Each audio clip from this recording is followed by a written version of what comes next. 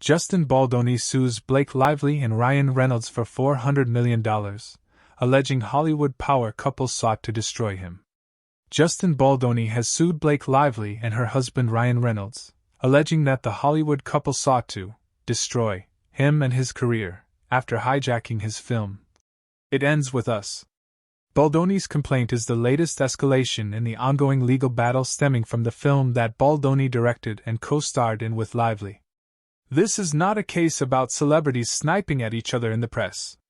This is a case about two of the most powerful stars in the world deploying their enormous power to steal an entire film right out of the hands of its director and production studio. The lawsuit states. Lively wields immense power as one of the world's best-known celebrities. The suit continues, alleging that Lively used that power to seize control of the film, which was directed by Baldoni and produced and co-financed by Baldoni's production company. She set out to destroy plaintiffs' livelihoods and businesses if they did not bend to her incessant demands, and when they refused to give way, she did exactly that, accusing them of foul and reprehensible sexual misconduct. The 179-page complaint, in which Baldoni is seeking $400 million and demanding a jury trial, was filed in the Southern District of New York on behalf of Baldoni, his company Wayfarer Studios, as well as his producing partner, Jamie Heath, his crisis manager, Melissa Nathan, his publicist Jennifer Abel, and the It Ends With Us LLC. The defendants are accused of civil extortion, defamation, and invasion of privacy. Lively stole Wayfarer's movie, hijacked Wayfarer's premiere, destroyed plaintiffs' personal and professional reputations and livelihood, and aimed to drive plaintiffs out of business entirely. The lawsuit states. Lively's legal team told CNN in a statement Thursday that Baldoni's suit is another chapter in the abuser playbook. This is an age-old story. A woman speaks up with concrete evidence of sexual harassment and retaliation, and the abuser attempts to turn the tables on the victim. They are trying to shift the narrative to Ms. Lively by falsely claiming that she seized creative control and alienated the cast from Mr. Baldoni. The evidence will show that the cast and others had their own negative experiences with Mr. Baldoni and Wayfarer. The evidence will also show that Sony asked Ms. Lively to oversee Sony's cut of the film, which they then selected for distribution and was a resounding success. The statement also said.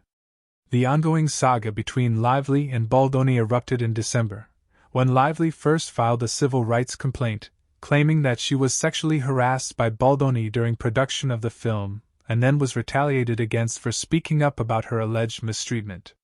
Baldoni immediately denied Lively's claims. Lively eventually escalated her civil rights complaint, officially filing a lawsuit against Baldoni just weeks ago. Lively alleged that after being sexually harassed with inappropriate comments and behavior on set, Baldoni's team then orchestrated a smear campaign against her to ruin her reputation in the public sphere.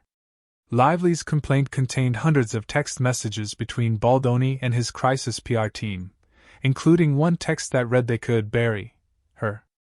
Baldoni's new suit presents a much different perspective, accusing Lively of actually defaming Baldoni.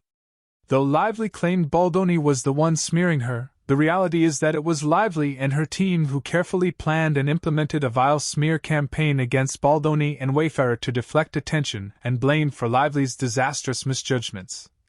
Baldoni's suit states. Lively would recast herself as the long-suffering martyr by portraying Baldoni and Wayfarer as her persecutors, the masterminds behind a smear campaign that evidence will show did not exist. The public legal battle has exposed the inner workings of the teams behind Hollywood stars with multiple lawsuits, all of which have accused publicists on both sides of wrongdoing.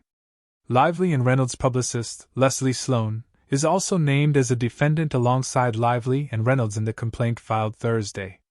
Sloan did not immediately respond to CNN's request for comment on her behalf or for her clients, Lively and Reynolds. Baldoni's team has said that Lively's lawsuit contained cherry-picked text messages that only told her side of the story.